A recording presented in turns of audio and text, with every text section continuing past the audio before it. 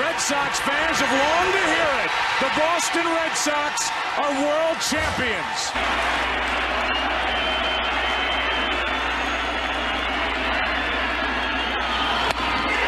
Game over, series over, and the Red Sox are world champs again. And so are these fans.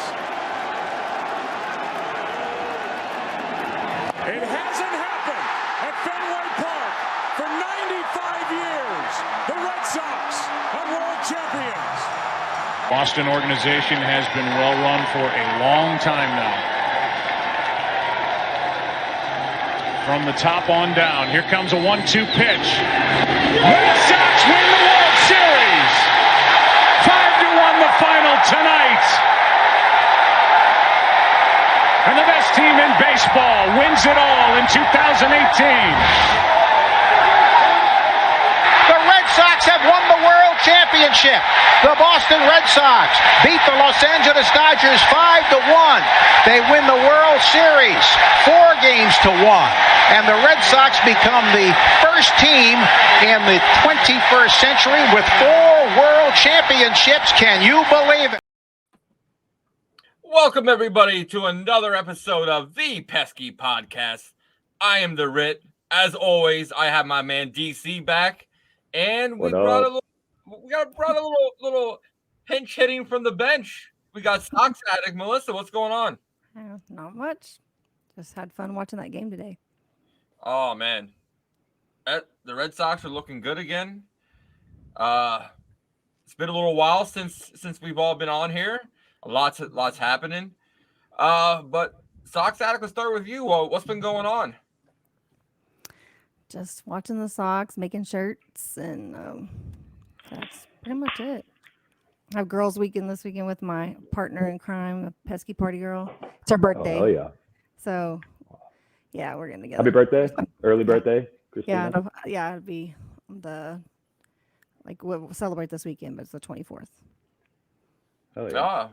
Well, hopefully Masa sits there and hits a home run for her birthday. I am glad he showed up a little, more today. That was great. DC, what's been going on, man? How you doing? Coming off the 15-day IL. Yeah, it's been a little bit, man. Doing some family stuff. Got a little sidetracked with some of that stuff going on, but glad to be back on, man. Missed you guys. Hey, for a little bit there, I actually thought we might have been part of the corruption of this Red Sox organization. We had on Cody for the Pirates. We got swept. We had Jamie Gatlin, swept. I'm like, what the heck? But we had Jeff Fletcher come on talking about the Angels, and well, we took 3 of 4 there, which should have been a 4 of 4, in my opinion. And we had no one to help us cover the Twins series, and well, we took 2 out of 3 again. So it looks like we are not the curse, thank God. But let's start with it's been a little while, so let's talk about the Red Sox Adam Duvall injury. It's been a while, a little bit. So replacing Adam Duvall, they went and they have pretty much a platoon covering the outfield now. They got Ref Snyder out there, Tapia. They also brought up our boy Jarren Duran, and they're kind of like a center field by committee almost out there. Let's start with you, DC. What are your thoughts on how Chaim Bloom and the Red Sox are dealing with the Adam Duvall injury? I mean, it's been we had a lot of guys, like we talked about in the past podcast, how, we had the versatility. Saw Valdez come up yesterday. I know that's not the center fielder, but that kind of changes things with the other stuff that's been going on with the Royal going on the, he's probably going to go on the IL. If not, he's going to be off. I think he missed the whole Twin series, I'm pretty sure, right? Yeah. Or did he pinch hit today? He hit today. Yeah, he hit today. That's my bad. He actually hit. Yeah, he got a hit. Yeah. I mean, Duran's been showing up the last few games. So, I know I've kind of shit on him a good bit. So I'm kind of eating crow as far as the last few games. So, I mean, I'm pretty impressed. obviously losing the ball is huge. That sucks. He was our biggest contributor at that point, but Rafi Devers has been showing up. He's one of the league leaders in home runs. He's our guy when it comes to the batting order. And honestly, like as much as I'm on Duvall train, that's not sustainable the whole season, I don't think. But I mean, he's going to give us 25 to 30 if he can be out there. But we need guys like Devers to step up like he has been. Enrique Hernandez or Kike. I just called him Enrique for the first time in my entire life, I think. He hit after today. He's hit 8 or safely in the last 8 of 9 games. He's over the Mendoza line. Yeah, I mean Yoshida went 2 for 5 today. That's good to see. He's been struggling a decent bit this whole season. I mean, other than the opening first 2 series.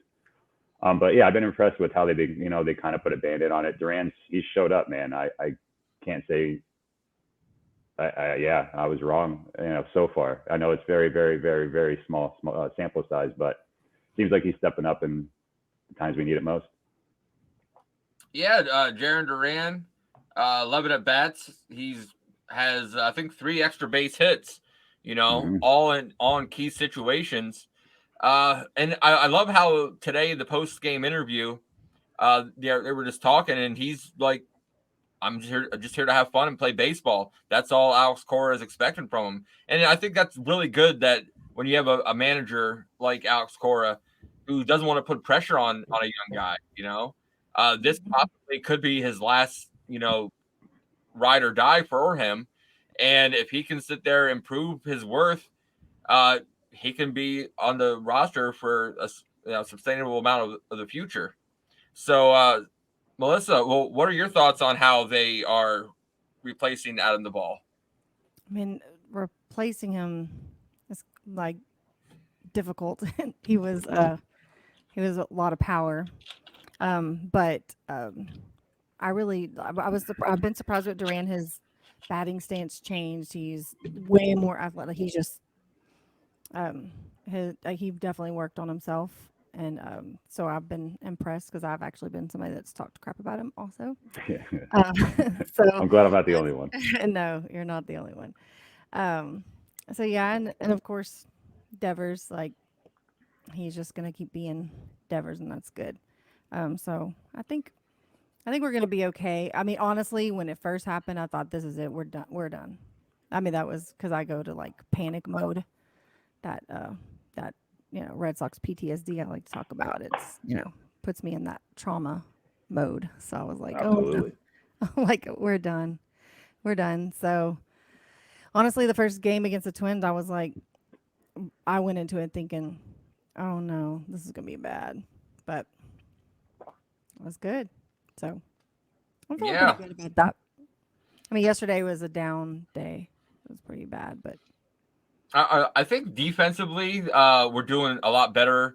Jarren Duran's actually showing that he can play the outfield and center field in Fenway Park. Tapia and Rep Snyder are doing. Rep Snyder had a really amazing catch. I think his first day playing center field out there, and they're kind of the power that we're missing from the ball is kind of getting spread out a little bit. Kike has 3 home runs in the season. Turner has 1. My boy Verdugo has 2. DC loves him now. Massa has a home run. So it's really great how they're spreading the power that they're going to be missing across. We got to have Tristan Casas heat up a little bit, but man, he took what a 13 pitch walk, at bat today. Like that's patience from a young guy as young as he is in the majors. Did you get did you sit there and see that DC at all? No, I was at work. Well, so was I, but I thought you might sit there and see it on a highlight somewhere here or there. No, man. When I got home from work, I made some dinner, and I just kind of played with the daughter. But no, he took. I think it was a 13 pitch at bat he had. So did he have a long one like that where he let out that long or loud roar? Yeah, that was a few games back. Yeah, so that's the second one in how many games? That's pretty good to see. Yeah, like you said, young guy showing discipline. That's what we need. So, but no, overall, I think we're doing pretty decent without the ball. Defense, we kind of on the plus side. Offense, we're kind of spreading that out. Let's talk about the Red Sox bullpen, and minus like a piece or two, they're actually doing pretty well for what they have put together. Sitting there looking at the stats over here, that we have, Kenley Jansen is doing what Kenley Jansen should. That's our closer. His cut is unreal. Yeah, it's good. Winkowski, long relief, he's doing amazing. I kind of like how they put Cutter Crawford back in another long relief. So now we have 2 back-to-backs, because with our starters, Kluber just showed today how, they are not able to go deep. Like that's been one of our problems. Yesterday, yeah. It was. Yesterday. I'm 3-4 days all over the place. I'm not good with time. So who else we had? John Schreiber's been looking pretty decent for us. Dare I say it? Caleb Ort. Has been.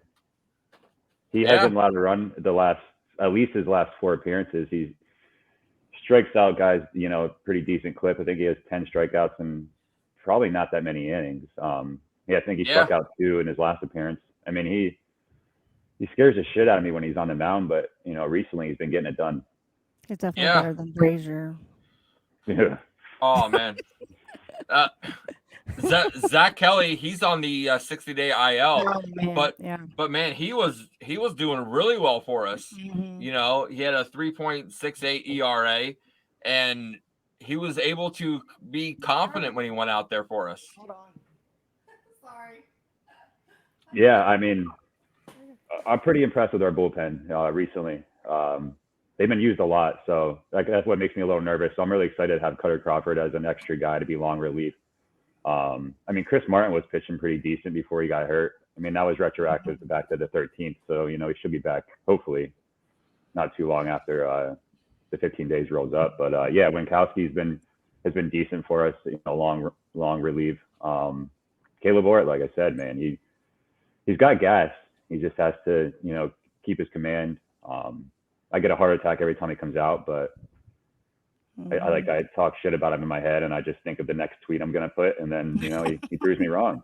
So maybe we found the trick. Man, the one person in our bullpen is Richard Blyer. I don't know. He has to be the next guy on the DFA list, without a shadow of a doubt, because he has just been horrendous. I do want to stick up a slight little bit for Brazier. In our bullpen, he has had the most appearances with 10. So they're using him left and right. So in 10 games already this early, it's kind of a lot of a workload to put on a relief pitcher. Melissa, what are your thoughts about the bullpen as a whole so far? I'm feeling good about that. It's our starters that scare me more than anything. Brazier has, with making all this appearance, has had a couple of times where I was like, okay, he did something good, but today kind of just took all that away. Today was bad. So today I was so worried overall. Yes, I was like, we're this ahead, but he is the guy who could make us, lose, let them get a bunch of runs or score, just being him. And and the way the final out was hilarious. So that's funny. I had to go back and check out the highlights. I feel so lost. I'm just looking at the box score, and I'm like, I'm still actually kind of mad that I didn't realize that Christian Arroyo had a bat today until I looked down as I said it. Yeah. Well, I didn't know because he wasn't supposed to. He came in. Yeah. Well, I wasn't even looking at the game for a second, and I heard a hit, and I looked, and I was like, "Is that Arroyo?"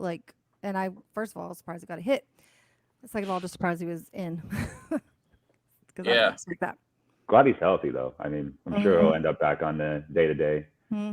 He just had been not doing the greatest defensively, or either way, but. So he's been frustrating me a little, but I don't know. Yeah. Overall, I'm really pleased with the bullpen. Looks like even when we have a substantial lead, we've got a one or two guys we can throw in there, Blyer, Brazier, that can make it look like a really close game. And it's horrendous. It's like I was watching today, and I was like, wait, you might as well sit there and warm up Kenley. You might as well warm him up. He's going to get a save opportunity here. Because like I just get so worried. Like how am I supposed to sit there and feel comfortable when we're up from as much as we were? Even when the Twins brought in a position player for pitching, I thought we should have gotten way more runs at that point. But oh well, we got to win, and we won the series. Yeah, so thank God. Hey, you win series, you make the playoffs. So just take series. Mm-hmm. You know, we won the first one, lost the next two, and now we won the next two series. So tomorrow we start Milwaukee. So, and they're actually doing quite well right now. So I got to brush up on my my Rockies knowledge.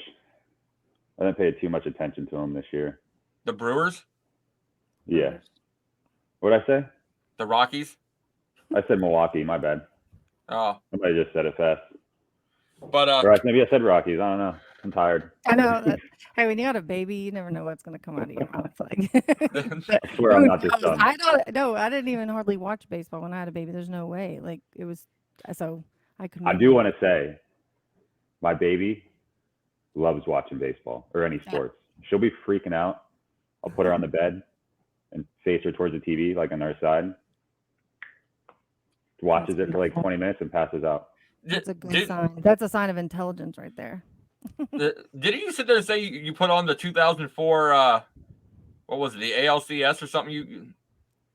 My stepdaughter on Tuesday, I had a PTO. So I kept her home because I wanted to have some quality time because I don't really see her too much with her going to school. And then when I come home after work, I don't do too much. And she goes to her dad's on the weekend. So I was like, I'll keep her out. Well, she kept complaining that she couldn't find anything on YouTube. And she knows how to work her TV. She gets me every time with it. But I don't know how to do it. I don't know how to do it. So I just walked in and I put on 2004 ALCS Game 4 and just walked out. Hey, she watched it though, didn't she? She didn't tell me to change it. So I'm not sure if she actually watched it or she just kind of played with her toys and stuff. But hey, as far if I have anything to do with it, she's my stepdaughter, but she's my daughter. Both my daughters will be huge Red Sox fans. They'll be huge sports fans across the board, but definitely Red Sox will be her team. She better be her.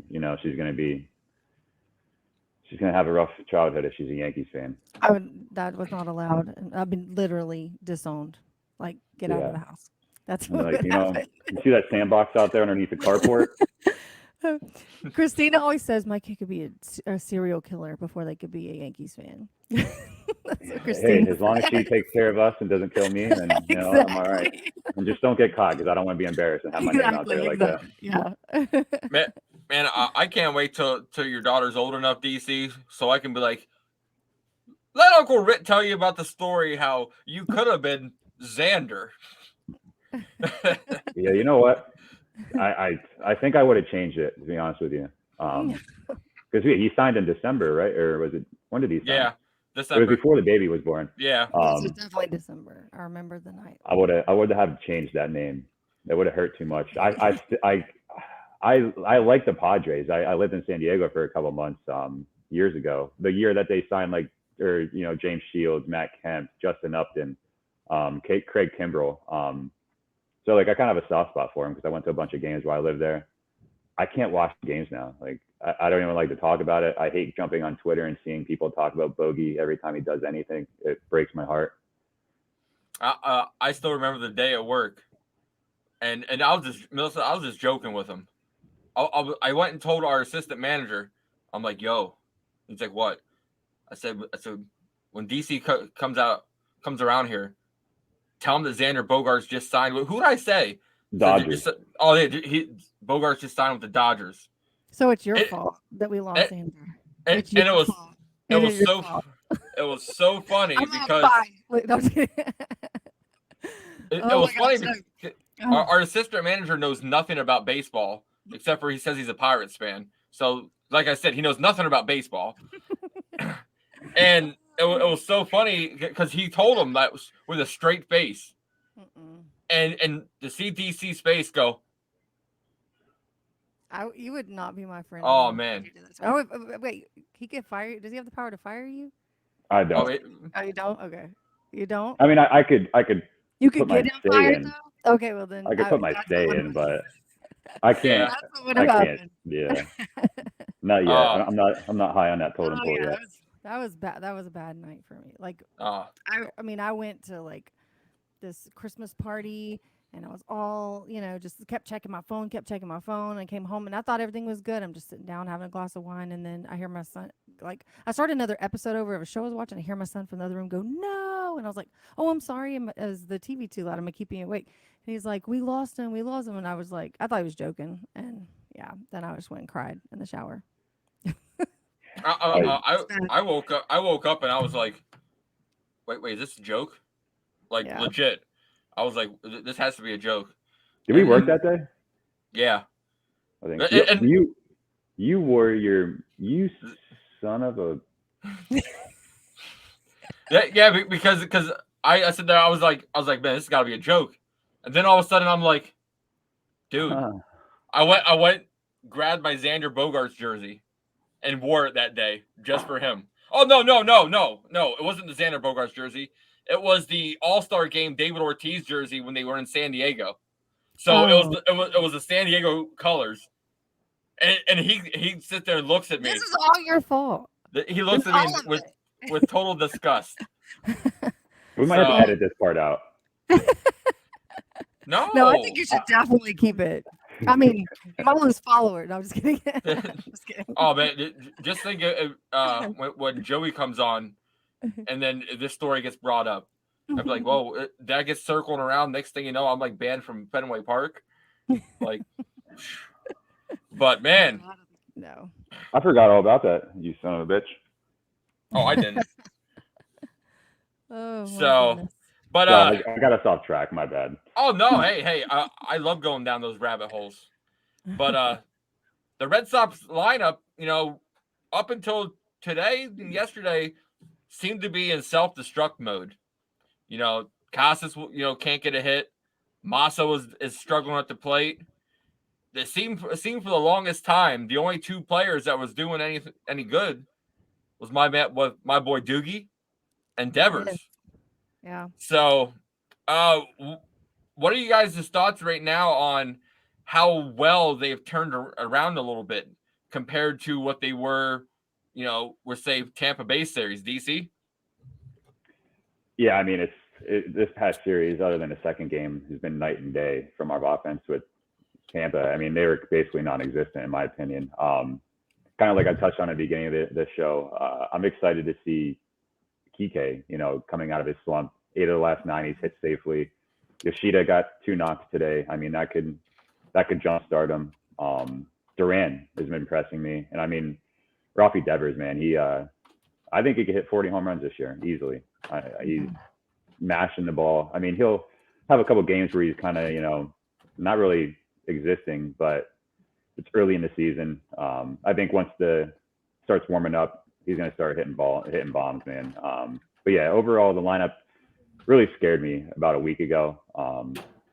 If Kike can turn it around like he has been and continue to, ride this hot bat, and Yoshida can, turn it around fully, I think we're going to be fine. And then, when we get the ball back later in the season, and Trevor Story, I think we'll get him back a little earlier than we anticipated. So, yeah, I mean, you're going to have rough spots in the season.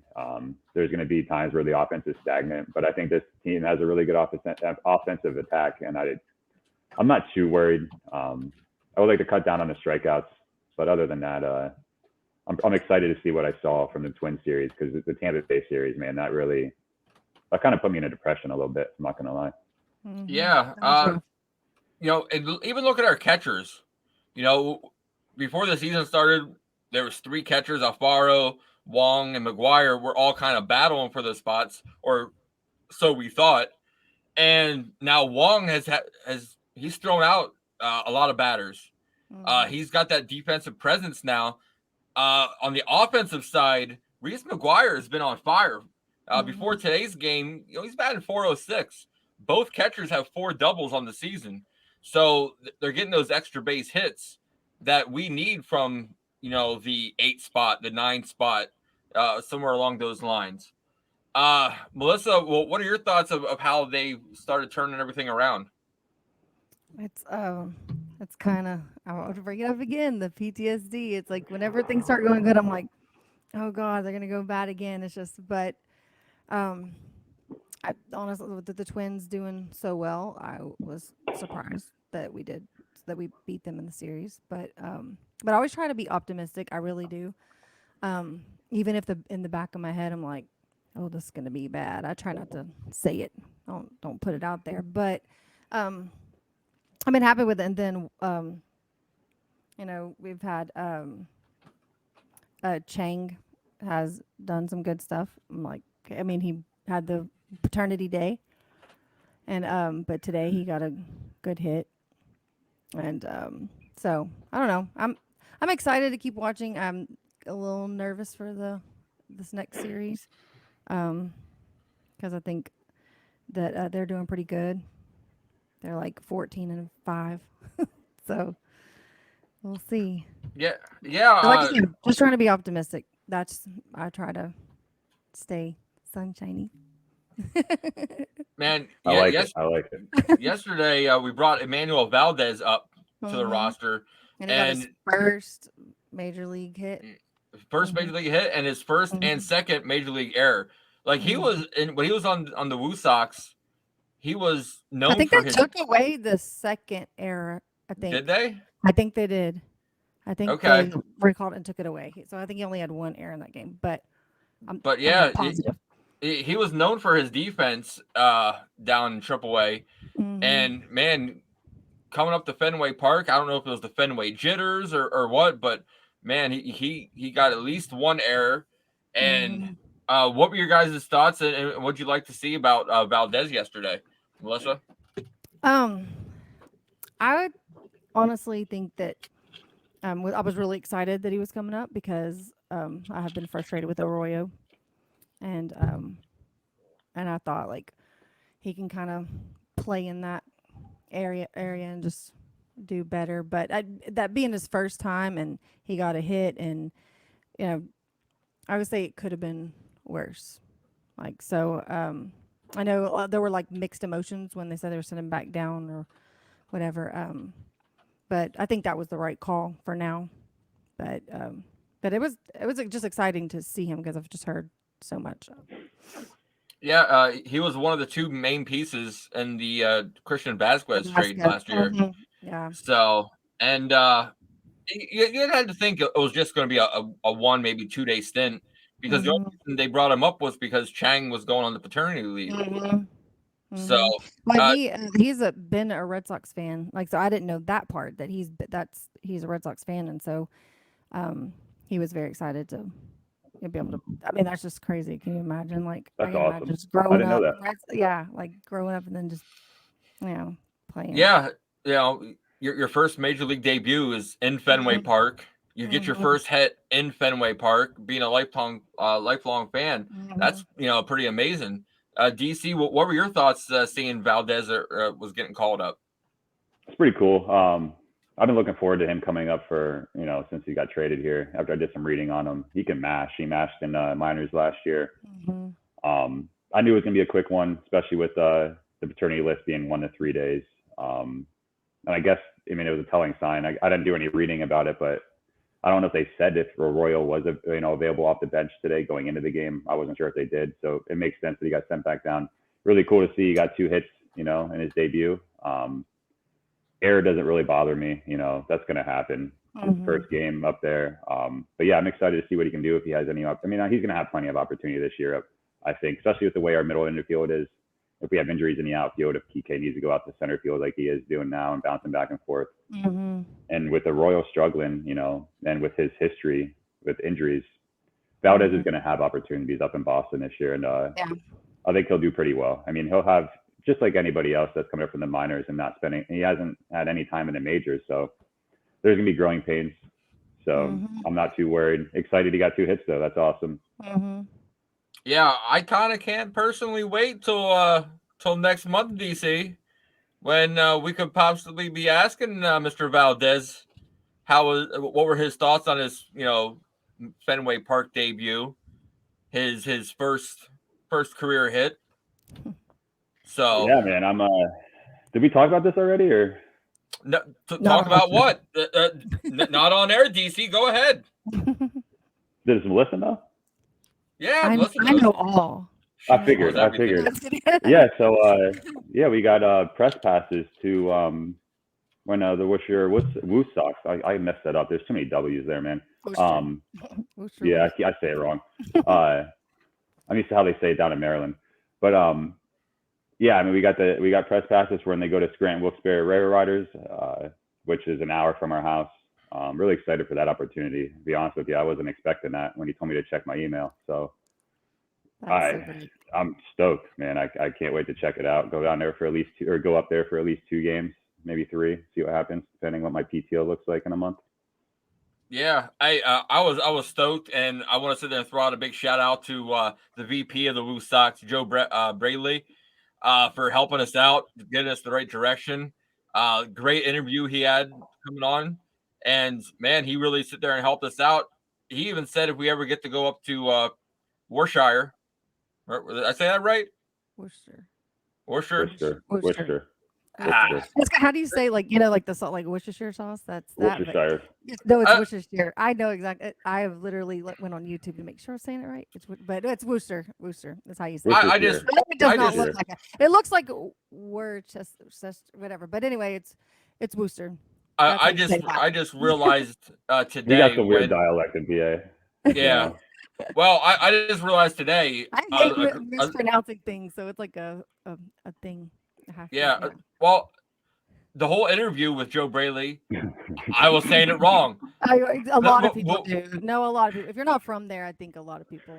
I said it to this one girl, lady at work, Annie, and she just looked at me. She goes, "What'd you say?" Because she's from Boston. And all of a sudden she's like giving me, no, you don't say it like that. You forget the R altogether. There's you forget, and like you say, it's almost like you're saying like Wooster, kind of like Worcester. Yeah, Worcester. Yeah. Yeah, and I was like Woost, yeah, something like that. I'm pretty positive. I'm like 99% that's how you say it. But sure, I believe you. I trust you more than myself when it comes to that. It's funny. We are closer to Boston, but we got to have a lady from Texas teach us how to say Boston names. That's because I listen to so many podcasts and I've watched documentaries. Like, so I'm just, I like, people are like, what do you watch on Netflix, whatever? I'm like, I just listen to podcasts and YouTube videos of Red Sox. That's what I do now.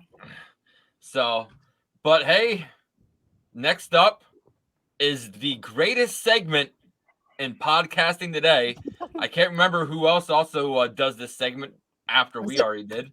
Oh, I think I remember who. The guy who blocked me. Is it foul? In the Rosenthal. Yes. Hey, I can't believe he blocked you over that.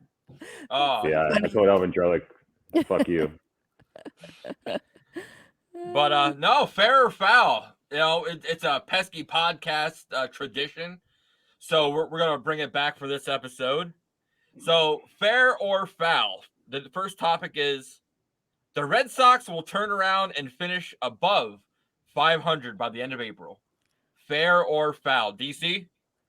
Ooh, I'm going to be optimistic. I'm going to say fair. We have the Brewers, Orioles, and the Guardians. Guardians are a tough team. They're going to be hard to beat. 2 out of 3 games, but that's at home. Then we're at the Orioles before them after the Brewers. And the Orioles, they always give us fits, man. They have a potent offense. We had that 3-game series when we opened the series, and they raked, man, and they ran all over us. But I'm gonna be optimistic. I think we'll do a lot better with Wong behind the dish.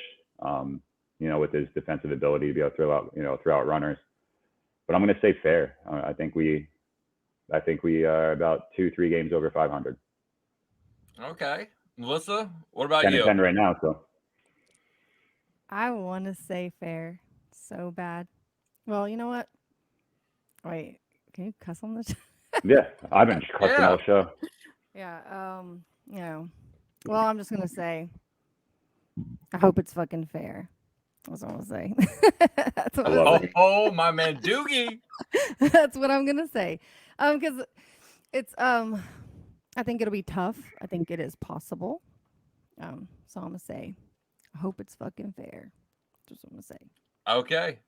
I'm going to be optimistic, but I'm going to also be realistic. And I'm going to say foul.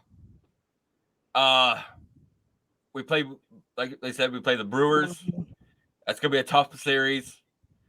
We play Baltimore, and we do not have Adam Duvall to do a walk-off home run this time.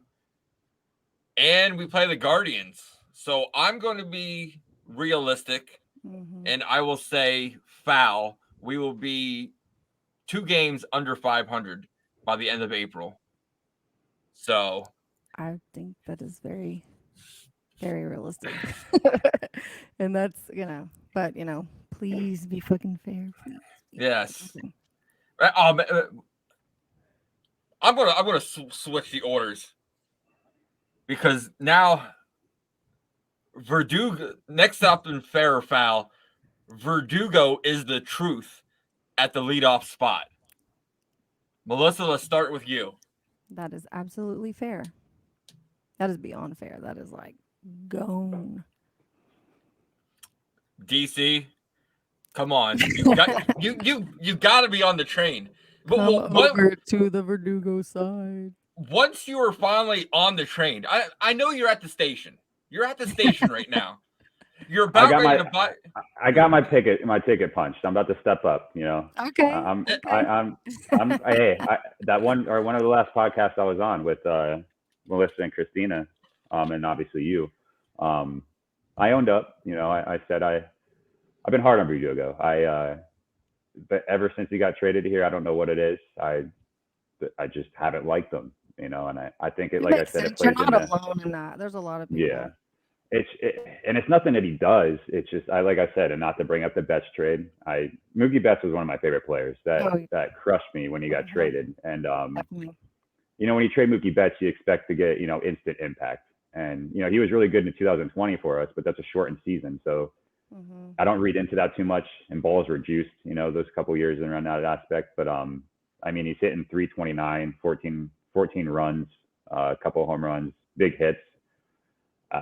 He's given everybody everything we need as far as a leadoff hitter. So it's fair, man. He's crushing the ball right now. He's behind Devers. He might honestly be even hitting better than Devers, just minus the power. He's doing everything else. And he isn't making mistakes on the base pass, like he was last year, the year before. I'm impressed by him. I really am. And man, I'm gonna own up to it, and I'm gonna say fair. As soon as you're on the train, I'm going to have to buy you a Verdugo shirt, and I'll give you your choice. You need the shirt. We have the new one. You need to get that. I know. Look what I'm doing right now. I swear to God. Yeah, you got to go to socksaddicts.com and get it. Yeah. Socksaddicts.com. Like plural. Yeah. Yeah, because I typed in without the S, and I'm like, what the hell did I? What the? Yeah. What I did? Yeah. Just do. No, it makes sense though. It takes you straight to the link, the bonfire link. Yeah. Because either way, that quote was a wonderful quote, and that was a good moment. It was funny because, he was like, and it's foul, and so he just stopped, and then he was like, oh wait, and then he kept going. It was a entertaining moment for sure. Oh man, I love the interview afterwards. And plus, Will Middlebrook said that he needs the shirt. So if Will says it, you gotta have it. Oh man, just saying. Hey, we gotta give the people what they want. Yes, give the people what they want. And Verdugo, being the leadoff man, has definitely given the people what they want. I always loved his energy. Like, yes. today that leadoff home run, Mhm. like that's how you get the ball going. Get the crowd into it. Mhm. And we haven't had a leadoff hitter since Mookie, like Verdugo's doing right now. So I'm really impressed. It's fair all the way. It's fucking fair. Yes. Just like the shirt. Yes. Woo! Thank you. So yeah, So- no, I told you I was gonna do it the first time you were on, and I like honestly kept forgetting about it. And now we kept talking about Verdugo. I'm like, I'm buying a goddamn shirt. Yeah, we have the Teach Me How to Doogie Int, but that new one. Well, and the thing is, we wanted to make it that night, but then ITM made one, and I was like, okay, I'm not gonna make one because they made one, and I love them. I don't want to take anything from them, but then people kept saying, well, we want to buy from you. Can you do it too? You know, some people buy from them, and we'll buy from you. So we made one. Red made Hell yeah. one the next day. So Man, No, y'all are killing it with these T-shirts, man. I'm, I'm once I get still- over paying for a baby, I'm gonna buy. oh, I know, I know. One of It's them. yeah, Hey, it's Personally, I'm still waiting for the whole Keith Folk line. Go folk yourself. oh yeah, Yeah. yeah. I haven't even. That is a good one. Yeah, that's a Yeah. good one. Somebody else said, "Oh, he said cowboy the folk up." Yeah, With, like, Cowboy the Folk up. He's like, cowboy up, and then with Keith Folk, that 2004 team. That was pretty Yeah. good. I still But, can't believe we had him on. Thank you again, Melissa. I'm still riding that high. Oh, hey, well, we might as well sit there and take a little pause of fair or foul. DC, would you like to tell everybody? Because I said we're going to announce who our next guest is next Thursday on the Pesky Podcast. The floor is yours, DC. Yeah, we're gonna have Devin Marrero on. Pretty stoked about that, man. I was a little surprised when you sent me that, but You try waking up and the first thing in the morning, and you sit there and you look and you have an Instagram message. Who, if anybody's following our Instagram account and knows what they're doing, please help us out. I know what I'm doing. I just can't get into the goddamn password. Oh no. We're gonna have to sit there and try again, maybe off the air, because I have no idea what I'm doing. But I looked at it, and I was like, dude, I'm like, is this really him? I checked the account and it's all legit, so I'm pretty stoked. It was I even went and told him about meeting him at Fenway Park, and he was like, dude, that's funny, because I had no idea who he was. Like, all I seen was a guy coming out with a gym bag, like, and I'm like, he's got to be a baseball player, you know. So my kid's mom's oldest daughter at the time went and was like, well, just get your picture taken with him now and find out who it is later. So great. I did, and I went through we went through the pitchers. Nope, none of them. went through the batters. I'm like, yo, that's Devin Marrero. So I'm like, sweet. But no, I can't wait for next Thursday. Devin's gonna be on. It's gonna be a great. He sit there and said he just wants to come on and have some fun. So we're just gonna sit there and talk about his career with the Red Sox, talk some baseball, and just have fun. So, fair or foul? Let's go back to this. Tanner Houck is the ace of our pitching staff. DC, let's start with you. You are probably gonna laugh at me, but it's okay. I don't think he is. He's been pitching lights out. It was awesome to see him, pitch 7 innings today. That's the first time I think he's had 7 innings pitched in a major league game. The most he had was 6 1/3, I think, and back in 2021, I believe. I still think Chris Sale is our ace. I think what we saw him 2 nights ago is what we're going to get, consistently over the rest of the season. And, he's a guy that's made a handful of starts over 3 seasons. You can't expect him to kind of jump in and, be that guy that he's been for us without getting, his legs underneath of him. And I know that's that's very optimistic. I'm not saying he's going to be that guy, 100%, but he's our anchor of that pitching staff. And I think he makes or breaks our season. I truly do. Don't get me wrong. Houck is tearing it up. I'm always been a fan of him, and I will admit, I thought and I still kind of do think he's better in the bullpen long term. I'm not going to get too excited off of one start of 7 innings. I need to see that in a consistent, basis. But he's been tearing it up. But I'm going to go foul on that. I'm going to say, to me, Chris Sale is our ace until I'm going to give him at least another year, solid shot. I think he does what he did the other night, and he continues to, with that momentum. Hey, great points. Melissa, what about you? That is exactly what I was gonna say. So I'm not laughing at you. Oh no, yeah, you're fine. No, Houck has been great, and I love, but the Chris Sale that we just saw, that is our ace. I mean, and if he hadn't just shown up how he did recently, then I don't know who I would look at. I mean, Houck would have to, be like a stand-in. I don't know, something.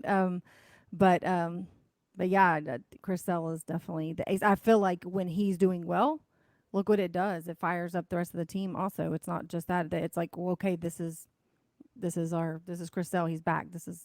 Look at these filthy pitches. That's what an ace does. His slider was disgusting the other night.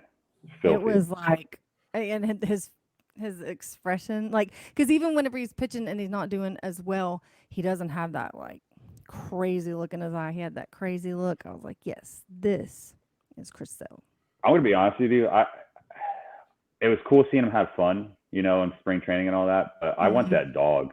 I don't want smiling, happy-go-lucky Chris Sale. Yeah, it was great to see him come off the mound smiling. That way was odd a little bit, but you're right. I want to see that fighter. I want that goddamn dog, man. Psychotic. Because he's got it in him. Mm-hmm. Definitely. Yeah. Hey, let's go for the clean sweep. I'm also going to say foul. Chris Sale is Chris Sale until the day he stops playing baseball. Mm-hmm. He's my guy, man. I love that dude. He's the ace of the starting pitching staff. Just with Houck and Whitlock, what they can learn from him, just by watching him overall. Sitting there, and even Bayo, Bayo can just sit and learn from Chris Sale. Man, like that's how Chris Sale can be the ace.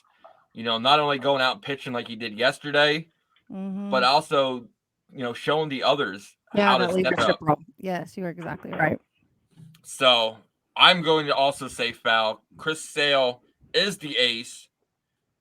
So next up on fair or foul, this is Chaim Bloom's last year as the Red Sox GM. This has been all over Twitter, all over social media, of fire Chaim Bloom, fire Alex Cora. So fair or foul, Melissa, we're going to start with you. Mm-hmm. Is this Chaim Bloom's last year as GM? I'm going to say foul. I'm not saying it's not possible, because it just depends on how everything goes. But I think he had a plan in place, whether we all like it or anybody likes it, and I think it's not just him making decisions. I mean, he has to listen to the people above him, the ownership. And so I'm going to say foul, but I wouldn't honestly be surprised if it did happen. Okay, DC, what about you? Yeah, like Melissa said, it all depends on, how this year goes. I think if this year is an utter failure, I think he's out. I think the ownership has to make that move, based off the fan base. Not that the fans have that much say, but it's going to be ugly if this is a failure of a season. But I'm going to be optimistic. I think we can sneak into the playoffs even as the last wild card. And I think if we come close to it, I think they give him another shot. I'm going to go foul on that cautiously, but like she said, I'm not going to be surprised if he's not with the team next year, going into the off season, or when the off season begins. But I do think they're going to give him a chance to kind of play this out, see what happens. Personally, I want a guy like Dave Dombrowski. In a market like this, you need a guy that that wants to spend money, that wants to make moves. Yeah, it's good to find the diamond in the rough, but we're not the Rays. You know what I mean? Like, we have John Henry as our goddamn owner. Like, what are we doing sometimes? But as much as I may or may not agree with Chaim Bloom, I think he will be with the team next year. Mm-hmm. So I'm gonna go foul. Me, I'm going to go foul, but I've always called Chaim Bloom the mad scientist. Mm-hmm. I think way back in 2018, he went and seen in the future. He's been putting or something. He's been putting together this phenomenal farm system, and next year will be the make or break of everything for him, because he got rid of all of our heavy marketing payroll. Got rid of David Price. He's got rid of JD. We didn't pay Xander, but we got a farm system that can come and plug and play. And next year in the offseason, Boston will be getting Shohei. Yeah. Hey, we can pay, we will be able to afford him for several reasons. But we won't pay him. Yeah. But we can pay him. But we won't. The 10 years, $500 million contract. He's going to command 6, I guarantee you. Well, just look he likes Boston. Just saying, just look what the Yankees did with Matsui. Behind the wall that he played in, I think it was left field, right field. They sold the Japanese TV station a billboard back there that they paid for him. So advertising is going to come with Shohei.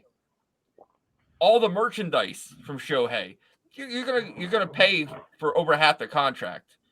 We don't have to worry about the New Balance thing. He has that deal with New Balance, and it's from Bob. That's what his deals with New Balance. So with Devers, Shohei, and all these young talented we have coming up, I think Chaim Bloom has took that DeLorean, like Melissa said, went to the future, came back. That's and why he's like, hindsight is 2020. I mean, I'm just speaking that. I'm putting that out there in the. But no, I think everybody's wondering why we didn't re-sign Xander, why we didn't want Mookie. I think that the overall thing was we want the biggest fish in the pond, and Chaim's gonna get the blank check for Shohei Ohtani next year. I was right about Verdugo. I'll be right about this. I'll kiss you right in the goddamn lips if that happens, Josh. I'll be there videoing it. I'll take it. I'll take it, my man. I'll take it. So I don't even care, dude. The last fair or foul is a bonus one I'm throwing on here. Oh, Jesus. You better not throw me for a loop on this one. Kike Hernandez is the worst defensive shortstop in the Major League Baseball. Oh, man. We're starting with you, Melissa. I'm going to say foul. I mean, I'm going to say foul. Not the worst. I mean, I don't know who the worst is, but I'm not going to do Kike like that. I just can't. I just love Kike too much. DC's doing homework right now. I can see it. So I will go next. I didn't find anything. Shortstop wise, that man has way too many errors, and it's just simple errors. It's sad, but so I'm personally going to say it's fair. I say defensive wise, he is probably one of the worst, if not the worst, shortstop in Major League Baseball. It's just basic fundamentals that he needs to remember, and I'm not seeing any of that in his resume. So, DC, what are you saying? I'll be honest with you, man. I don't know too much about, I mean, I know other players in the league, but as far as other players' defensive ability at shortstop, those ones that stick out are the good ones. So it's like, who would you compare them to? I'm gonna go. I don't want to say fair. I mean, I prefer him much more in the center field position. I don't know if I'm going to go fair on that one, but I mean, I'm not saying he's definitely not in the top half. Yeah. But definitely. I'm not And going to be really, too harsh. I had hopes. I'm going to go foul. Man, I love the little video he put together for us during spring training, but it's not. You have to be able to fulfill, Produce, yeah, you know, and produce. Yeah, it's been there. It's been like, hey, just put Bobby D out there. It's all good, you know. Bob, stop. Man, it's what was it? The other day they were playing, and Brazier was trying to get out of an inning, and it was just a routine shot right to the shortstop, and he sit there and he scooped it up and he threw it, and there was no way Casas could sit there and scoop that up. It's just like, man, dude, like we need that shortstop there, like, and it's hard. I miss having a shortstop. You know. Yeah. Oh man, hey, anytime you want to you be know a what? shortstop. Guess who just opted out of their deal today, or maybe yesterday? Those today, Iglesias. Yeah. That'd be nice. But DC, he's one of the reasons we made the playoffs in 2021 when we signed him. He wasn't eligible because he signed with us after September, but he fucking raked, man. He got us into that spot. Yeah.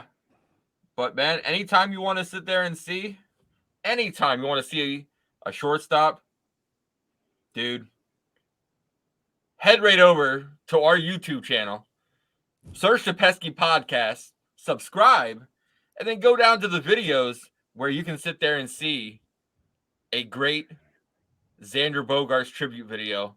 Where are you now that I need you? DC, I know it's one of your favorites. I hate that song.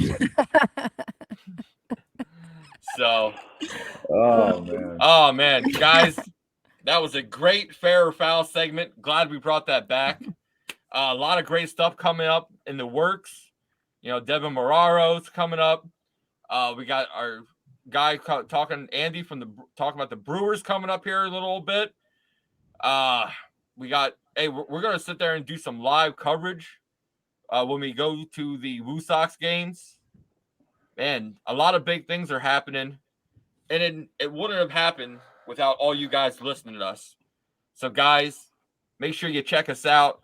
iTunes, Spotify, leave a review. We got a couple reviews on iTunes.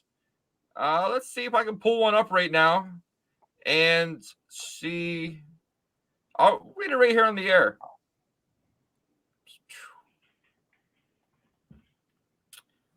Let's see here. AJ 34. Love the show and how they give you info on upcoming teams and series. Can't get that anywhere else.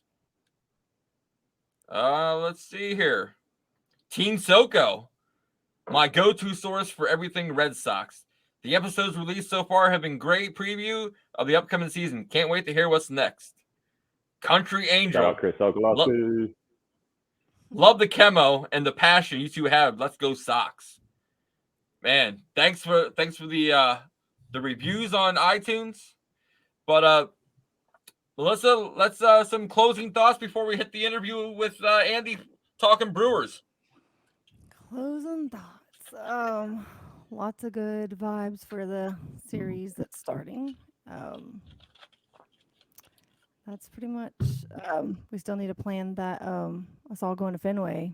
You know, definitely need to do that. We're going in June or July. So, yeah. See what we can try to put together. No, it'll be sweet. Yeah. We definitely all got to get together. Mm-hmm. Yeah, we're going to all 3 of the Yankees games and then 2 of the Braves in July. So I think it would be fun to come, you know, with y'all to see the Woo Sox. You know, that would be awesome, but that's a long way away. That is a long way. But if you're ever in the area, we'll just say you're on the podcast because you are on the podcast. So that would be fun. I've always wanted to go to one of those games. Never have. Sox Attic isn't with us. We ain't going. We ain't fucking going. Hey, while we're over at Fenway, we could swing over and check out a Woo Sox game. Joe said anytime we want to stop in, just let him know. That's so. That's good. But DC, any closing thoughts for you? Yeah, I mean, I'm glad to see how they kind of responded the last two series after the Rays series. That was gut wrenching, to be honest with you. We got absolutely demoralized in that series. Chris Sale having that great outing 2 games ago. Tanner Houck coming out and giving 7 innings pitched. Kike, turning around, getting hitting safely out of 8 out of 9. It's good, there's good signs that, we're turning the corner. We're 10-10 right now. I do think we could be over 500 at the end of the year, or not at the end of the year. Obviously, I hope we're over 500 at the end of the year, but at the end of the month, we do have 3 tough series. The Brewers are playing well. Orioles are a juggernaut, I think. I think that, they put it all together. Once they get their pitching, man, guys like Grayrod, DL Hall gets his command, and they have those guys up there performing in the majors. They're going to be an issue for years to come, and I truly believe that. And then we have the Guardians, and they always give us a hard time. I don't know what it is. I don't know if Tito, kind of prepares a little bit harder for the Red Sox, for how we did him on his way out. But which shout out Tito. I love Tito Franco. I love Tito. He's an awesome dude. But yeah, I'm optimistic, man. I feel a lot better than I did about 10 days ago. So that's all we can do, right? It's only the first full month of the season. We got 5 more to go. Anything can happen. I'm hoping 6. I'm hoping 6 more. Well, yeah, 5 more of the regular season, and then that's when the business starts. Yeah. So, hey guys, thanks for stopping in. Make sure you guys all check us out. So, well, hey, hold on. Let's just go for a quick break, and I gotta go play daddy duty, but y'all enjoy it. Hey, DC, take care. Tell him I said hello and hope the Brewers lose. Thanks Definitely for coming on, will. Melissa. Good seeing you. Bye, good seeing you. See you, Josh. Yep.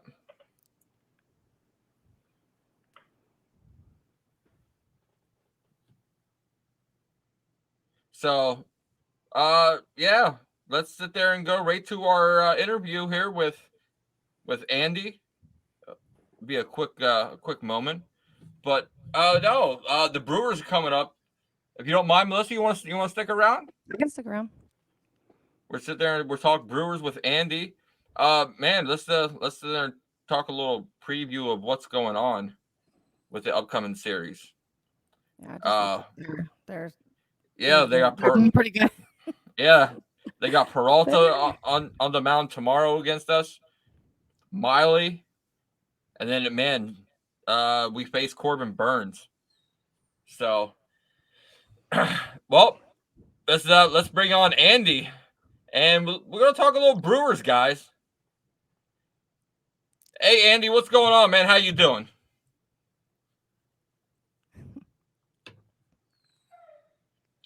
Can you hear us, Andy? We're having a little technical difficulties.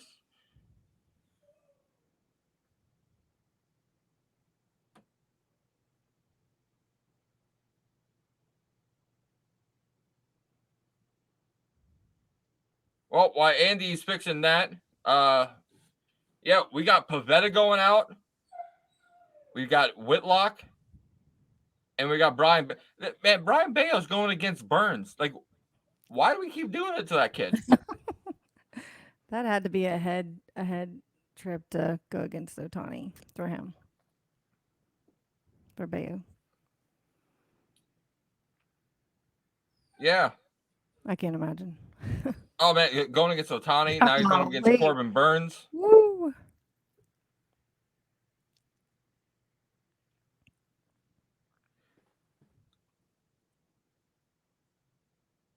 So, yeah, we're still trying to get AJ in, Andy in here.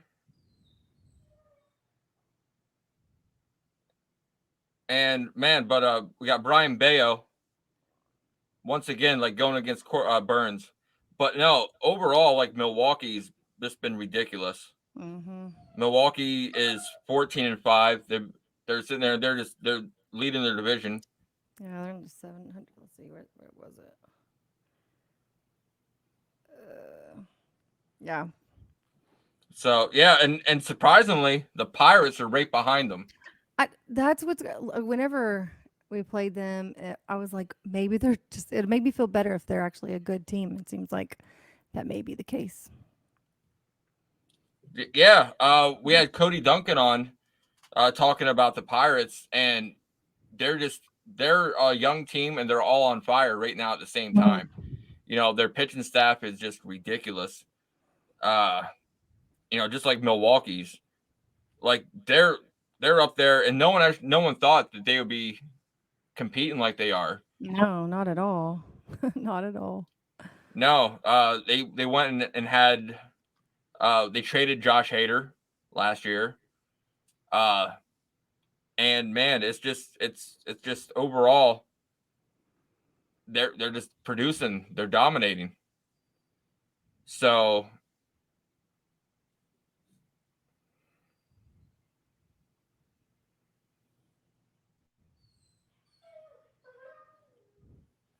but Dog is whining. I want to go let her out of the room. What is up with Red Sox podcast? Like Joey has like what the cows and the cat and I have a cat too. I don't know if does he have a cow? Oh, that might have been from Section 10. They always said Coley Mick. Oh, like a cow? No, yeah, they always hear Joey's cat. Oh, all the time. Joey always sits there and says like he doesn't even start until that's so funny. Like the podcast starts recording. So funny. Yeah, she's normally out, but my daughter left and put her in her room, so the dog's whining, but she's home now, so she should stop.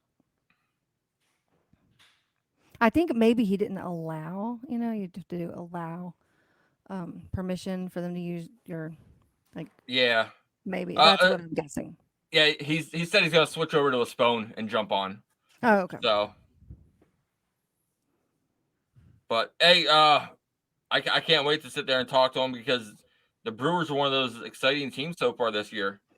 Yeah, that's why I'm a little. I'm nervous. good now. Hey, there you are, Andy. How you doing?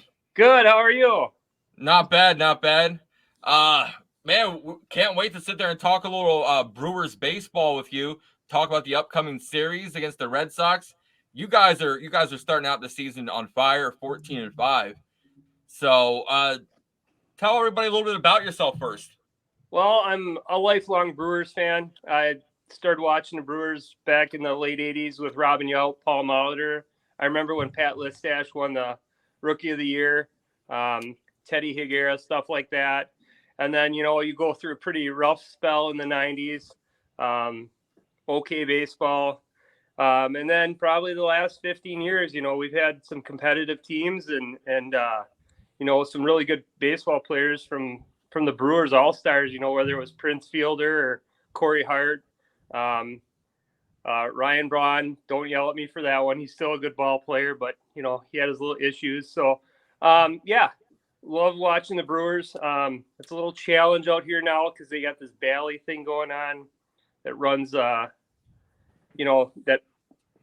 televises all the games now. So it's kind of goofy how you got to get apps and stuff. You can't just watch it on. Okay, actually, I have a question about that. I've been on a couple of podcasts and they'll say something about the Bally thing, and I'm like, because I'm in Texas, I have no clue what that is. So it's just like a cable company that's not. Yep. They Okay. own the rights to broadcast the games. So you actually have to have the Bally app to do it. Oh, okay. Because it's been asked several times, and I was like, I don't know what you're talking about, like live on a podcast, and I'll be like, right. I don't know. It's really silly too because you can have Hulu, you can have all these other apps, but none of them support the Bally. You have to buy the Bally app separate. So it's kind of crazy, but a lot of guys are getting it. It is what it is. So still catch up with the team and everything. So it's good. Gotcha. Yeah. So 3-game series you guys are playing against the Red Sox. Yep. Tomorrow night we got Nick Pivetta going against Peralta. Tell us a little bit about Peralta. This year he's doing really good, 2-1 with a 3.18 ERA. Yep. Well, fastball Freddie. You got probably one of the better fastballs in spin rate in all of Major League Baseball. I mean, that's what the Brewers saw with him when he was younger. He started out with and that's all he had. I mean, he just had a fastball. If you watched him his first couple of years in the big leagues, he had nothing to complement it. But it was such a good fastball. He was still, with just a fastball, somewhat effective when he was younger. He's developed some other pitches, his slider. I think he started to mix a curveball in there a little bit, and they're definitely not as good as some of the better, curveball and slider pitchers in the league. But because his fastball is so good, sometimes he can be really, really tough. So it's a good matchup, and you guys got Pavetta going. For what it's worth, he's been on my fantasy baseball team in the past, so I know a little bit about him, and I think it'll be a good pitching matchup. I haven't really paid attention to him this year on how he's doing, but Peralta will give you guys a little bit of trouble. But I mean, you guys are hitting the ball well. You got Verdugo at the top of the lineup, Yep. and he's just tearing the cover off the ball, and then Devers is what it is. I mean, he's just I don't know how you guys get rid of guys like Mookie Betts and then you pick up guys like him. It's just incredible. So it should be a good matchup in the first game, pitching and hitting wise all the way around. Yeah, Pavetta's his numbers don't show exactly how well he's been pitching because he hadn't really got some run support as much as we would hope though so far this year. So I think that pitching matchup's pretty good.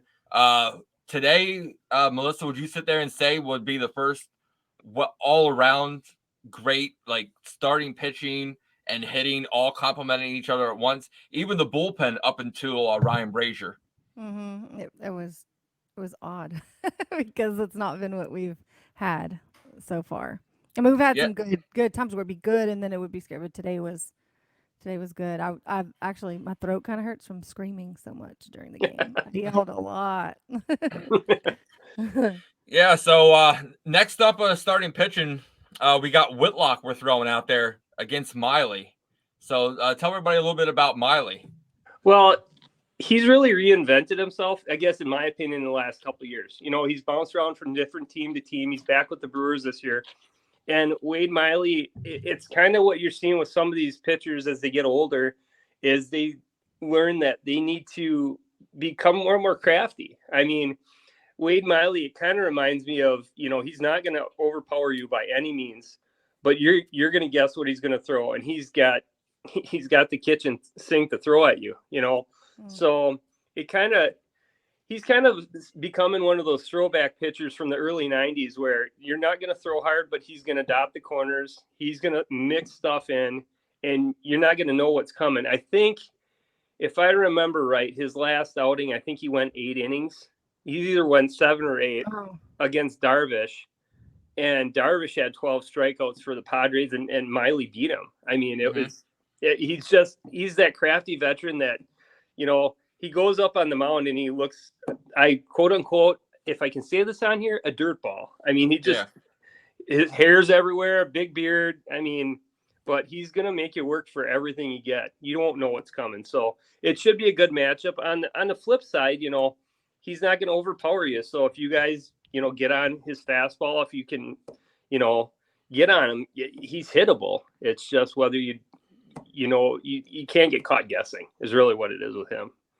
Yeah, and he's going up against Garrett Whitlock, and Whitlock, since coming back from his rehab assignment in AAA, he looked pretty good. Like his first start was amazing. Kind of like he was trying to fight for that starting pitching role, and the Red Sox since then kind of expanded. We're gonna give a round or two to 6 starting pitchers to give a little extra day of rest. And Whitlock's the type of pitcher I think that can, bring it to you. And he can definitely sit there and make you wonder what's the next pitch coming. We call him the right-handed version of Chris Sale. He's got a mean slider. When that slider's on, and just like Sale, it's nasty. So next up, which Melissa and I were talking a little bit. We got Brian Bayo going against Corbin Burns. Sure. And we were just talking, like, we wondered, why are we doing this to this young kid? His first start, we're going to throw him against Shohei. Yeah. And then next up, we're going to throw him against, Corbin Burns. Right. So it's like, man, right from the door, we're going to sit there and see what you got, because Corbin Burns is an amazing pitcher. Right. I don't honestly know, after what the Brewers organization tried to do to him during arbitration. Yeah. It's going to be hard to try to keep him now after that. What you can tell us a little bit about the arbitration and Corbin Burns as a pitcher? Well, we'll start talking about the arbitration, and it's not just the arbitration with Corbin Burns. You're starting to see it, and there's a lot of questions with the owner Anastasio right now, and what his vision is for the Brewers going forward, because it just doesn't seem like he wants to spend money anymore. And it's different than when he first started. When he first took over the Brewers, he was willing to spend money. He put their payroll up to where they had never been before, and they were competitive. I mean, even that one year, they were one game away from the World Series. Now you're starting to see, and I know that he invested in a soccer team. I can't remember which one it was, but he invested in a soccer team. And there's been whispers and questions of, is he really still invested in the Brewers? Is that where he still wants to put his money in? So you really don't know. And then now this Corbin Burns thing with is $750,000, I think, was the difference. Yeah. And with a guy like that, I mean, they even interviewed Burns, I think it was a couple days later after it was all said and done. And you can tell he's pretty burned on that. It doesn't sit well with him. And, he's going to get big money next year. It's just, he is. There's no two ways about it. Whether he gets Garrett Cole money or whatever, he's going to get big money somewhere, and he's going to have a great career. He's more of a fastball pitcher than anything, because his two-seamer and it just moves so much. He's got so much movement on his fastballs that he throws, and then he can go and mix in a slider and a curveball, and it's just, once again, he's like the Wade Miley that can throw 98. You know what I mean? Mm-hmm. So you got a two-seamer coming in or a sinker coming in at 96, 98. Good luck. And that's really what, you're going to get with him.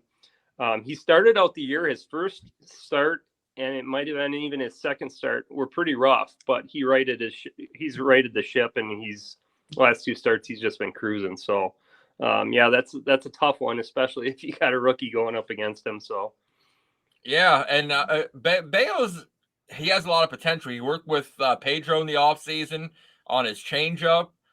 Pedro sit there and is giving a lot of praise to this kid, saying that he's as good as he was at that age. Sure. So, so that's a lot of, praise, but praise can only go so far if you can't fulfill it on the mound.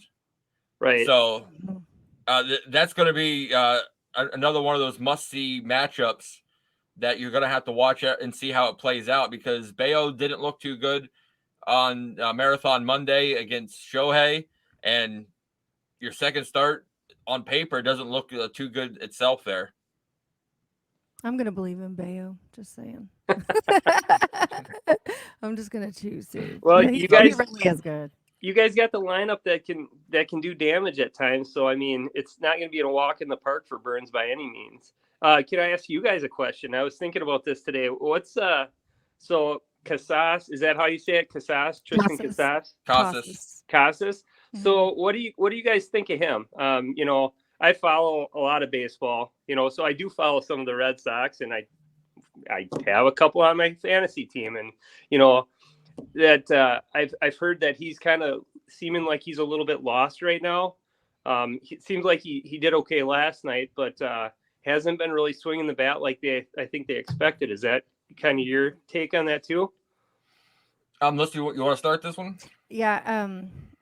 He's one of the people I was most excited to watch this year, because his discipline at the plate is very good. And he can hit, and but he has been lost, like you said. Just seems a little lost. Every time he comes up, I'm like, okay, this is when the Casas I know is going to show up, and he has. I mean, he had that.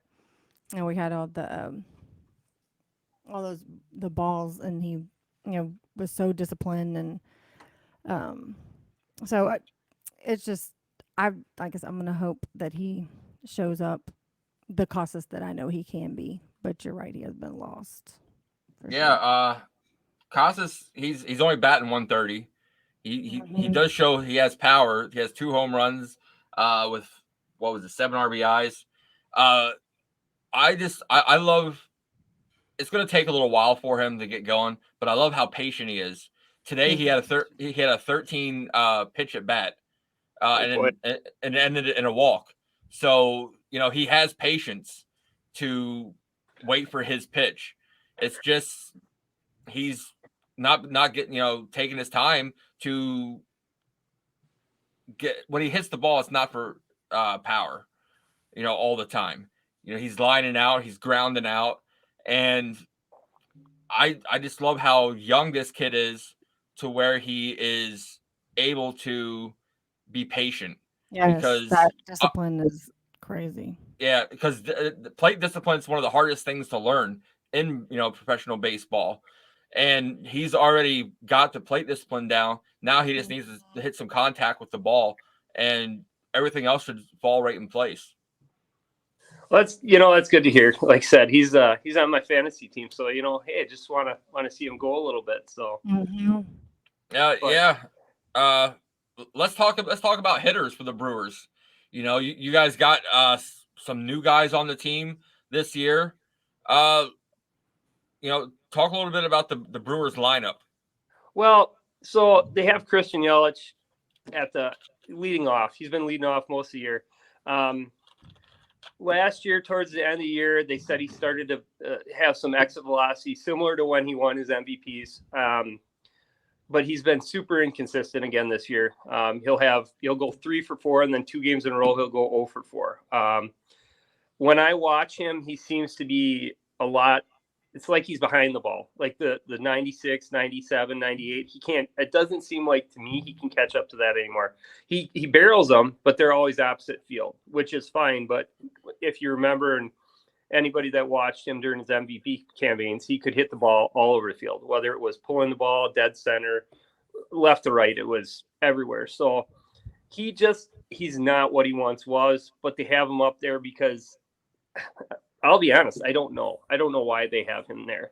It's to me, they got guys that are faster. And I think they got guys that and he just went on the disabled list, but Garrett Mitchell was one that, one of their, and I can talk about it in a second. They call him the freshman. They got 4 guys that, right now are their top prospects, and 3 of them are up right now. So, well, Mitchell, I shouldn't say that. He just went on the IL, but so you got Yelich at the top of the lineup. Willie Adames has actually started the year off better than he has in a long time. I watched an interview the other day with him, and he's taking more walks. He's going to have the most walks. Second most walks he's ever had in any month of his career. So he's been real patient at the plate. He's hitting off the top of my head around 254, I think, somewhere in there. But whereas in past years he started out in the low 200s, so he's doing a lot better. We picked up the Winker, and he's been okay at best. You have Rowdy Telesio mixed in there, and he's a guy that's kind of feast or famine with the long ball. If he gets a hold of one, it's going, but you're not going to see a lot of singles or doubles from him. It's home run or nothing almost all the time. And then you got, at second base, they have one of their freshmen, Bryce Terang, and he's been a pleasant surprise. Seems to be real consistent. He's fast. Seems to be getting on base a decent amount and giving you good quality at bats. So that's good. We got the Contreras brother, and he's been pretty good. And then our on the other side, our secondary catcher, Carantini's hitting like 400. So those 2 have been really good. And a lot of the hitting has been timely, which I think speaks to our record. I mean, we're putting up runs when we need to. If we're down 2, I don't think they're too worried. And I think we have the speed on the base pass that helps with that. One of the other, younger guys, they have this Joey Weimer. The guy's a lightning bolt. That being said, he can't hit a curveball to save his life. But if he gets on base, you might as well just give him a double, especially with the new rules Only being able to check a runner twice, so which might go to once from what I hear. So it's an exciting lineup.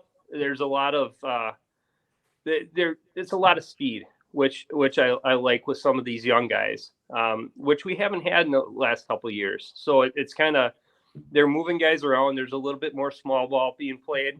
They're not just relying on the home run, and I think that's helping them. Yeah. To touch with Weimer, the Red Sox have a guy, Mondesi, who's on the IL right now. But what they're playing with now in AAA, to where you have a pinch runner, I think that could change the whole dynamics of baseball if you have that fast guy on the bench where you could throw that pinch runner on there. And like you said, Weimer's one of those guys. If if he's able to be pinch run, if that rule takes effect in the majors, he's just like Mondesi. He could be on third in a matter of a couple pitches. I agree. It's maybe a little bit later we could talk about the new rule changes, because I'm a little bit passionate about that. But to continue on the lineup just a little bit, I think the Brewers are the way their lineup is right now. It's one of those you're going to get runs. It could be from any part of the lineup, and that's kind of what we're seeing right now, which is a good thing to have. That's why you're 14-5. You can score at any part of the lineup at any night. So it's kind of nice, because I think it was the other night they were down 2-0 early, and I'm like, oh, this, you're just not worried like you used to be. And I think it takes some pressure off the pitching too, and that's why their bullpen has been so good, I think, too, because they're not coming in and having to protect a 1-run lead, or they're not having to worry whether they're going to get runs, because they're going to get them. So the Red Sox on their end, we're kind of hit or miss some days. Yes. I would like that consistency that y'all seem to have. That would be nice. At the 1 and the 2 spot, I love it. We got Verdugo leading off. We got Devers at the 2 spot.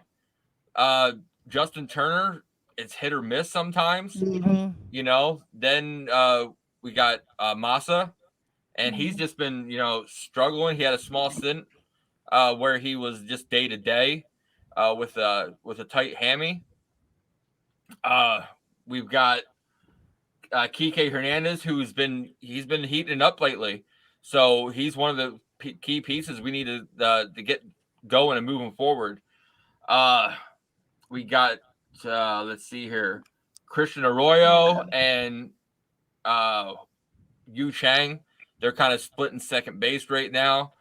Chang just hit a monster today to help get off his little slumpy head. His first game back from paternity leave. Our catching status is kind of like night and day a little bit. Wong is doing great behind the plate, calling the game, throwing out runners on defensively. His offense is not really there yet. But then you got Reese McGuire, who's batting before today's game. He was batting .405. They both are getting on base with they both have 4 doubles this season. So that's not bad from a catcher's spot, especially when there's maybe a handful of catchers that are great catchers, both offensively and defensively in Major League Baseball right now. We've got Rev Schneider. We got Tapia. We just called up Jarren Duran. Jarren Duran's looking like a completely different guy this year. He's going in with the mentality of, I'm going to play baseball and just have fun, and it's working out for him with, not having that pressure behind him. So overall, on paper, we've got an excellent lineup, just like you guys do. It's just you guys are running on all cylinders right now, where we're having small hiccups here and there from certain players. Yeah, and knock on wood that we continue to run on all cylinders, because it was a couple years ago we were, I think first in NL Central at the All-Star break, and then just collapsed. So, anything can happen. It's a long season, so you just never know what's gonna come to fruition. Yeah.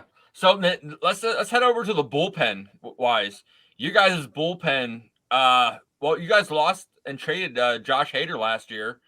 And man, everybody thought that was going to be the beginning of the end for your bullpen.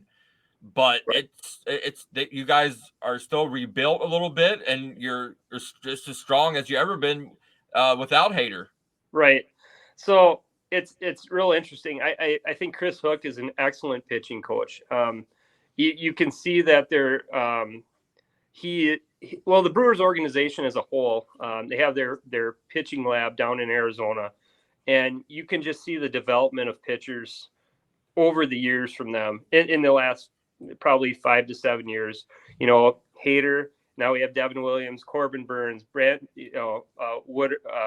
Woodruff, Freddie Peralta.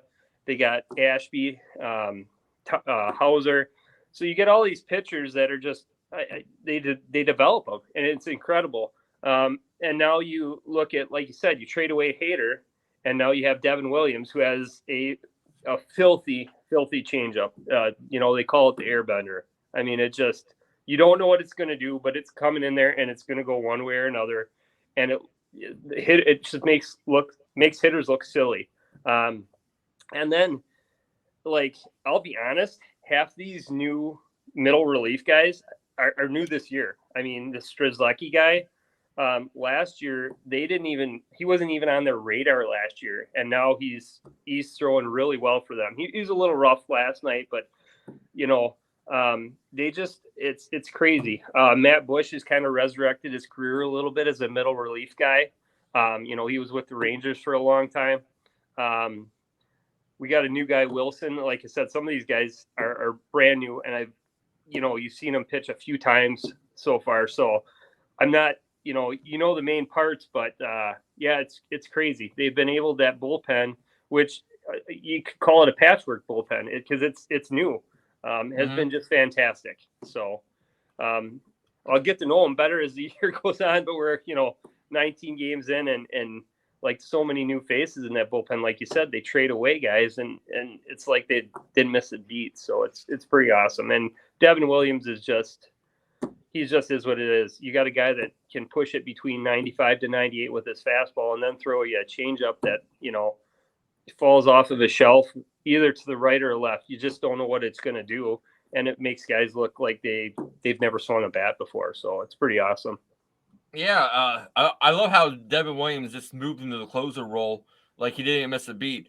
I always hated watching the Brewers, because all of a sudden, if you had like Corbin Burns go 6 innings, 7 innings, and there was a 1-run lead, you knew it was almost impossible to get a hit, because you had Devin Williams was your setup man.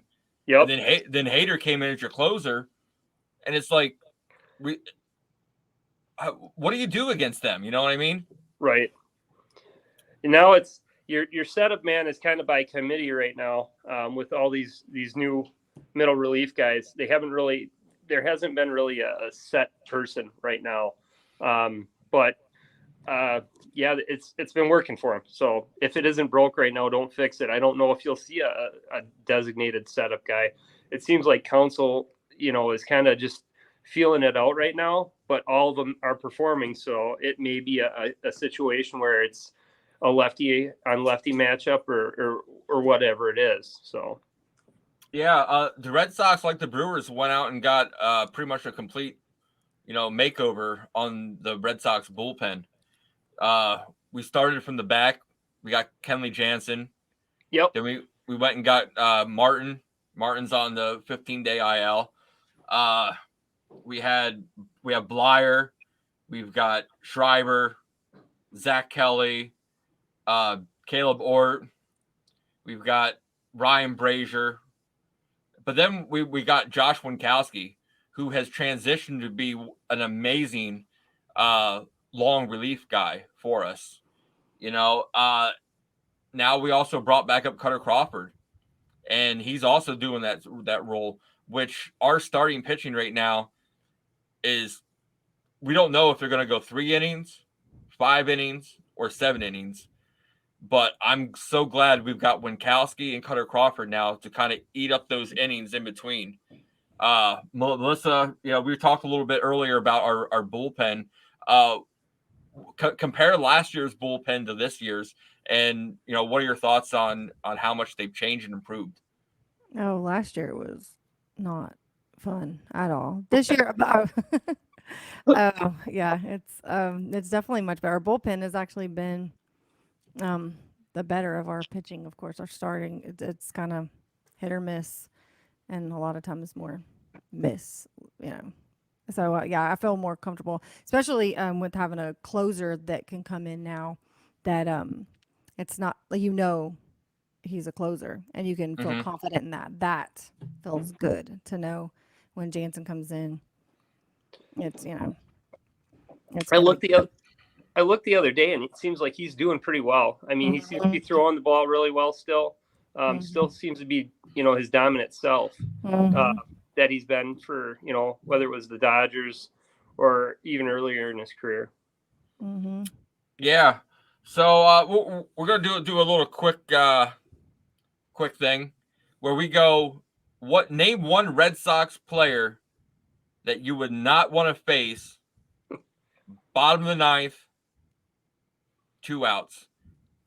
Current Red Sox player for this series that the Brewers are tied game and Devin Williams is on the mound. I'll be honest. It's probably between Devers and Verdugo. Is it Verdugo or Verdugo? Verdugo.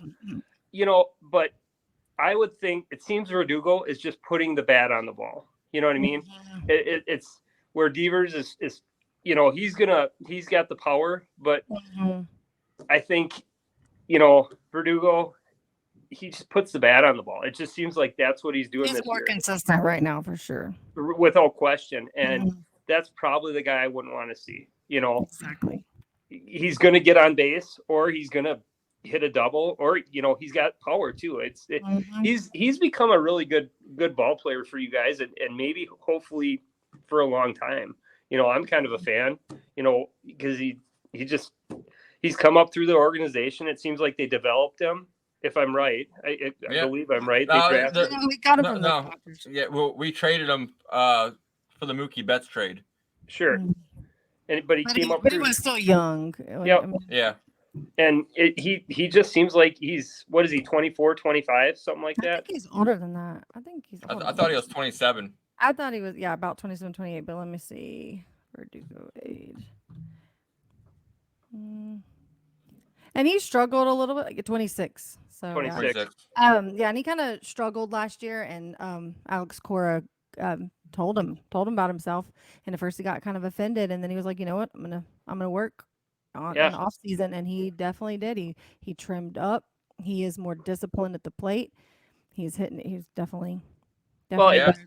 Like I said, he can do it all. It seems like he can hit for power, he can hit for average. It seems like he's fairly fast. So that's probably the guy right now that you guys have that I wouldn't want coming up with the game on the line, because I think he's just hot, and he could really hurt you anyway. So me personally, I hate asking this question, because every person on every team that we interviewed someone for, the person I mentioned goes off.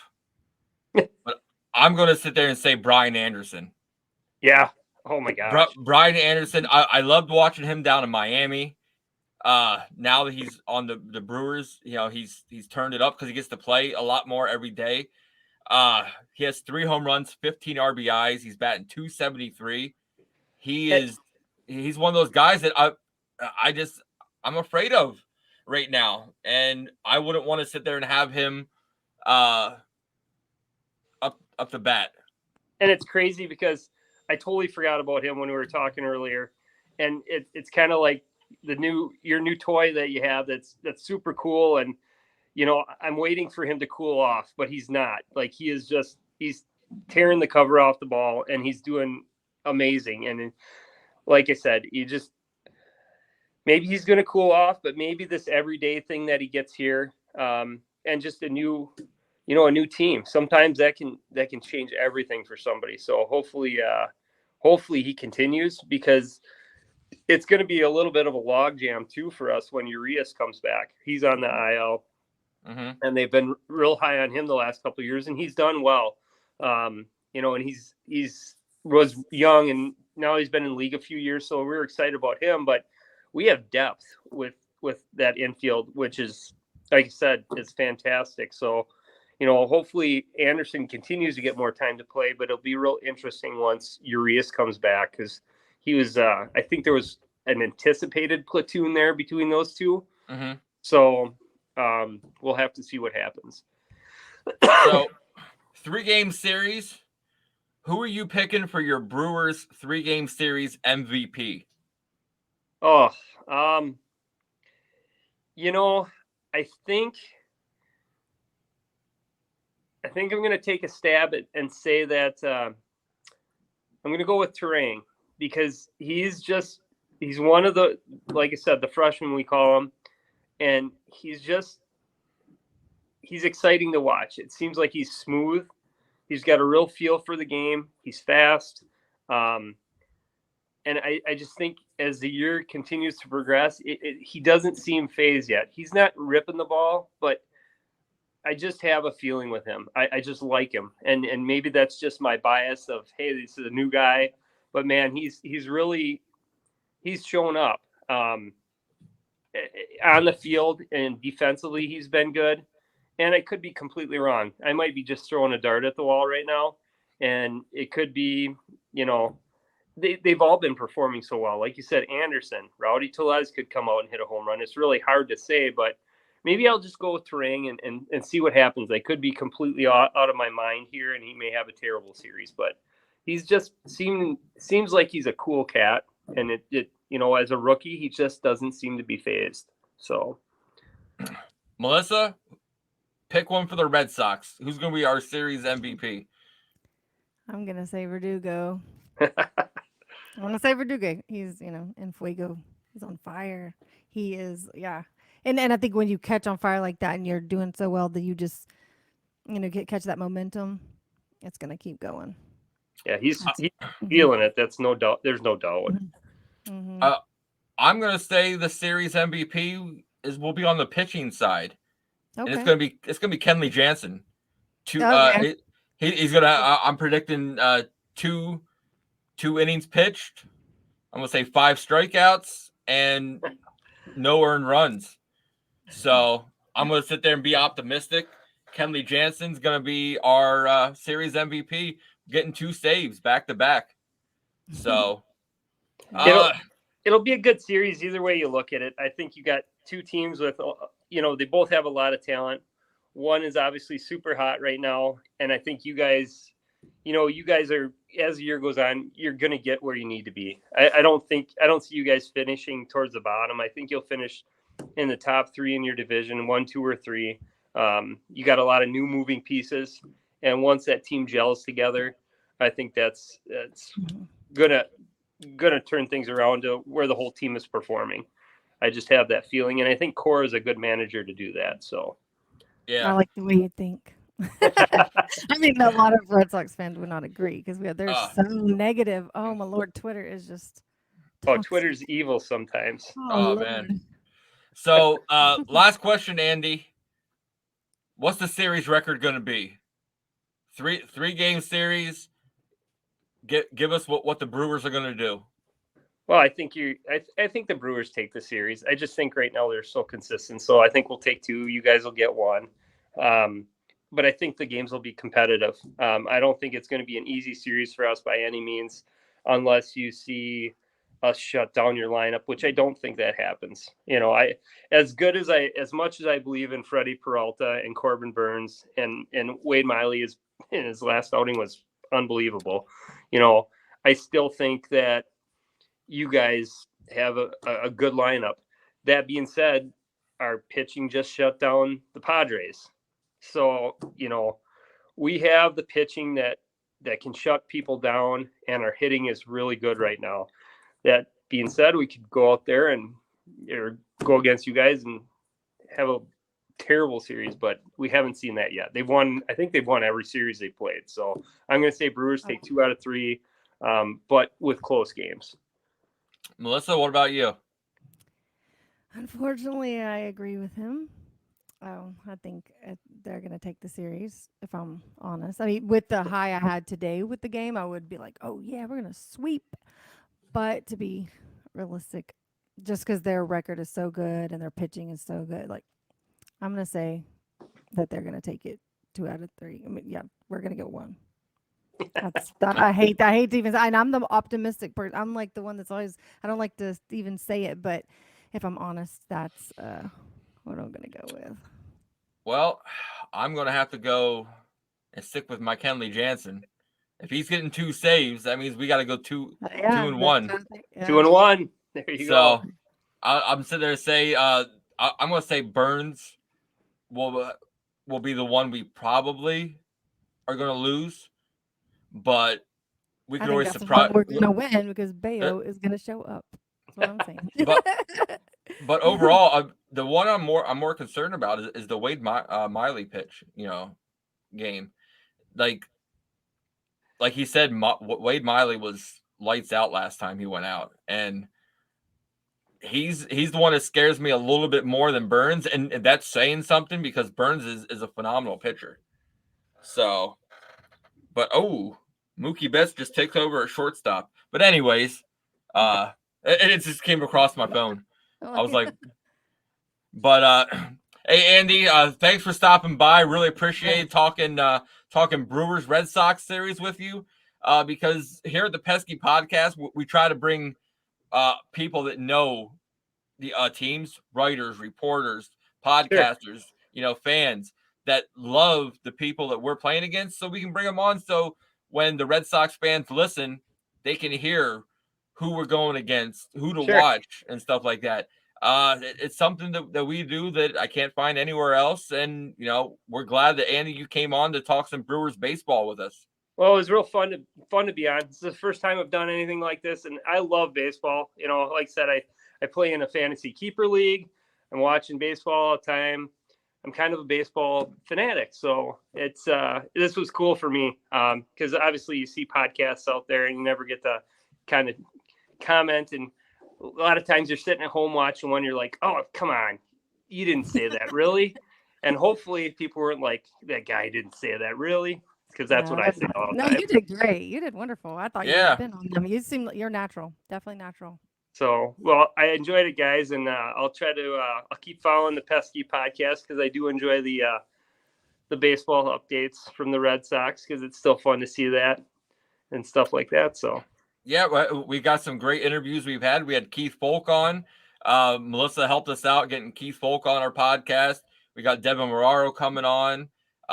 We got plenty of great interviews coming in the future too. So, Andy, thanks a lot for stopping by. So, Melissa, Andy, thanks for coming on the Pesky Podcast. See you guys next time. Take care. Thanks, guys. Bye. Thanks. Bye-bye.